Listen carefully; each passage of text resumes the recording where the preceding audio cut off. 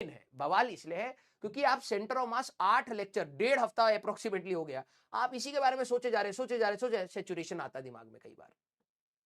और मैं जितने भी मेरे पुराने स्टूडेंट होंगे, मैंने हमेशा उनको बोला है, हर चैप्टर का आखिरी आपका खराब होता है, याद है? यहीं तक रखेंगे। इसके ऊपर एक आपका एक क्वेश्चन है, ये आपका डिब्बी है, ट्राई कर लीजिएगा।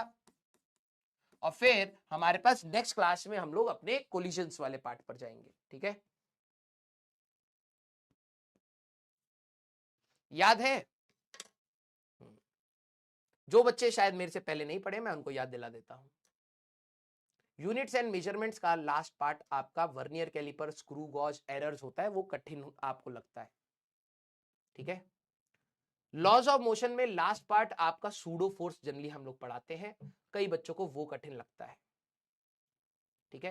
काइनेमेटिक्स की बात कर लेते हैं। काइनेमेटिक्स 1D या 2D में बात करें, रिलेटिव वेलोसिटी लास्ट में पढ़ाई जाती है, वो आपको कठिन लगती होगी। लॉज ऑफ मोशन में सूडो फोर्स कठिन लगता होगा, ठीक है?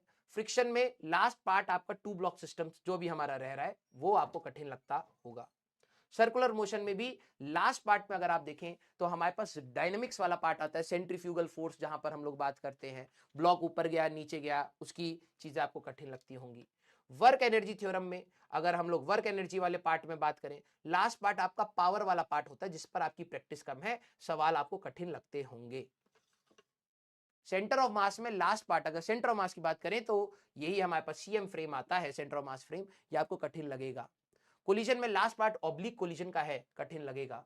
रोटेशन में लास्ट पार्ट रोलिंग मोशन का है, कठिन लगेगा। यहां तक बात आई मैकेनिक्स की, और पूरी मैकेनिक्स में लास्ट पार्ट होता है centre of mass and rotation, कठिन लगेगा। पूरे उसको भी अगर आप देखें कठिन लगेगा। ग्रेविटेशन में लास्ट पार्ट आपकी पोटेंशियल एनर्जी, सैटेलाइट मोशन के बाद केप्लर्स लॉ, ये वाले पार्ट कई बच्चे प्रैक्टिस कम करते हैं। फोर्स ग्रेविटेशन फोर्स निकालना, ग्रेविटेशन फील्ड इंटेंसिटी निकालना आसान होता है, आखिरी वाला पार्ट कठिन लगता है।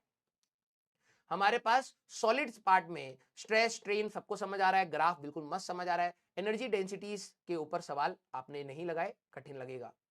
फ्लूइड्स में बात करें, स्टार्टिंग में आपको प्रेशर निकालना, एच रो जी करने में मजा आ रहा होता है, लेकिन बाद में जब आप Bernoulli, venturimeter, surface tension, viscosity की बात करते हैं, कठिन लगता है। थर्मोडायनेमिक्स में स्टार्टिंग में आपको बिल्कुल मजा आता है, बॉयल्स लॉ, चार्ल्स लॉ, ये सब करने में, लेकिन आखिरी में जब आपकी इक्वेशंस बनाई जाती हैं, ठीक है, first law of thermodynamics, second law of thermodynamics, तो आपको कठिन लगनी स्टार्ट हो जाती है। एसएचएम की बात करें तो स्टार्टिंग में आपको थोड़ा सा कठिन लगता है, लेकिन आखिरी तक आते आते डैम्ड ऑसिलेशंस की अगर हम लोग बात करें, या स्प्रिंग ब्लॉक सिस्टम्स की अगर हम लोग बात करें, तो आपको कठिन लगना स्टार्ट हो जाता है।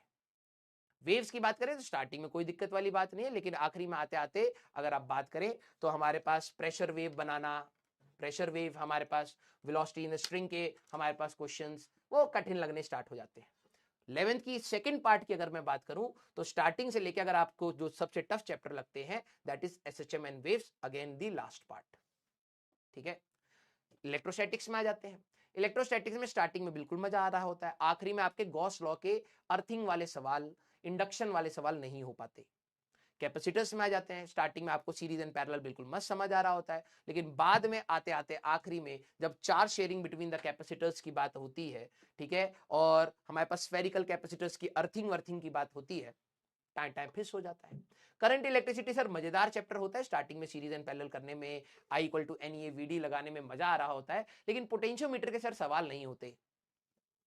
मैग्नेटिज्म की बात करें तो स्टार्टिंग में बिल्कुल मजा आ रहा है सर, है ना, लेकिन बाद में आते आते अर्थ मैग्नेटिज्म वाले सारे सवाल सर होते ही नहीं है, समझ ही नहीं आते सर। वहां पर मैग्नेटिक ससेप्टिबिलिटी, मैग्नेटिक परमिएबिलिटी, ये क्या हो रहा होता है, कुछ समझ नहीं आ रहा sir. Moving coil galvanometer sir समझ नहीं आ रहा, क्योंकि वो लास्ट पार्ट में था। इलेक्ट्रोमैग्नेटिक इंडक्शन में स्टार्टिंग में मजा आ रहा होता है, लेकिन आखिरी में आते आते टाइम वेरिंग मैग्नेटिक फील्ड के बारे में बात होती है, नहीं समझ आ रहा सर। ऑल्टरनेटिंग करंट में स्टार्टिंग में ठीक है सर, थोड़ा बहुत समझ आया, लेकिन रेजोनेंस वाला पार्ट सर क्लियर नहीं हो पा रहा था सर। क्वालिटी फैक्टर सर समझ नहीं आ रही थी, पावर हमें समझ नहीं आ रहा था, राइट?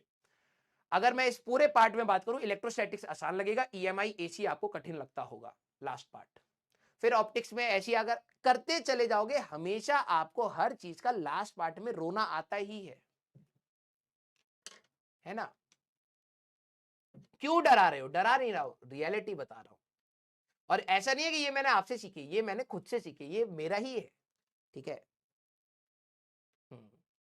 तो करते चले जाओगे, आपको हमेशा पता लगेगा हर चैप्टर का। अब देखो, जो अच्छा बच्चा होता है ना, वो रिवर्स स्ट्रेटेजी लगाता है। रिवर्स स्ट्रेटेजी क्या है? जेई मीन्स 1 तक मैं प्रॉपरली पढ़ूंगा, और जेई मीन्स 2 के बाद मैं क्या पढ़ूंगा? सबसे पहले हमेशा हर चैप्टर का आखिरी टॉपिक पर ज्यादा सवाल लगाऊंगा, हर किताब के आखिरी चैप्टर्स पर ज्यादा एनर्जी लगाऊंगा। जेई मीन्स 2 से पहले आपको रिवर्स स्ट्रेटेजी लगानी है। रिवर्स स्ट्रेटेजी में यही होता है, क्योंकि आप सभी लोगों ने करा है, स्टार्टिंग से पढ़ना स्टार्ट करते हैं, मजा आ रहा होता है, फिर सेचुरेट, जो टॉपिक आपके वीक है आपके वीक ही रह जाते हैं। क्योंकि आप क्या करें, अरे हमारे मार्क्स नहीं आए भाई, हम स्टार्टिंग से पढ़ेंगे। फिर से तू यूनिट्स एंड डायमेंशन स्टार्टिंग वाला पढ़, अबे वो पढ़ जो तेरे को नहीं आता है। समझ रहा है? तो जेई मेंस 1 के बाद तू उन टॉपिक्स को अपने आप आइडेंटिफाई कर लेगा, यार ये टॉपिक्स मेरे वीक रह गए, और जनरली वो आखिरी टॉपिक्स ही होते हैं, बिलीव मी। तो जेई मेंस 1 के बाद आप इन पर एनर्जी लगाइएगा। क्लियर? यस। तो कल की क्लास से हम लोग अपना कोलिजन वाला पार्ट स्टार्ट करेंगे। 3-4 लेक्चर लगेंगे, आज 8 हो गए, तो हम लोग इस चैप्टर में हमें 11 लेक्चर दिए गए हैं, अप्रोक्सीमेटली 12 में हम लोग खत्म करेंगे। ठीक है, तो कोई दिक्कत वाली बात नहीं है, हम लोग इसको मैनेज करने की कोशिश करेंगे अपने एंड से। ठीक है, अगर कोई थर्ड क्लास मिल जाए तो देख लेते हैं, हम लोग उसको थोड़ा सा एक्सटेंड करके रखेंगे। मैं नहीं चाहता कि हम लोग कोई भी लेक्चर का डिले रखें। ठीक है, ओके, चलिए भाई, तो love you all, thank you so much for making my day. मुझे बहुत अच्छा लगा है बेटा। देखो, सेंटर ऑफ मास फ्रेम थोड़ा सा कठिन लगेगा, बट थोड़ा सा पेशेंटली ट्राई करिए। इस वाले लेक्चर को आपको मल्टीपल टाइम देखना पड़ेगा। मैं किसी भी लेक्चर को मल्टीपल टाइम देखने के लिए नहीं बोलता हूं, लेकिन इनको एक बार आप मल्टीपल टाइम देख लीजिए, और मैं बिलीव मी, इतने कठिन वाले सवाल जो आपको कठिन लगते हैं वो आसान लगने स्टार्ट हो जाएंगे, बिलीव मी। ठीक है, एचसी वर्मा में भी कई सारे सवाल आपको बीच में मिलेंगे जो सीएम फ्रेम से आपको आसान लगेंगे, भले ही वो फोर्स वाले हो, भले ही वो वेलोसिटी वाले हो, सारे सवाल आपको मैंने बता दिए हैं। ठीक है, love you all, thank you so much. ठीक है, मिलेंगे हम लोग नेक्स्ट क्लास में। Till then tata, bye bye, take care, पढ़ते रहिए, मचाते रहिए।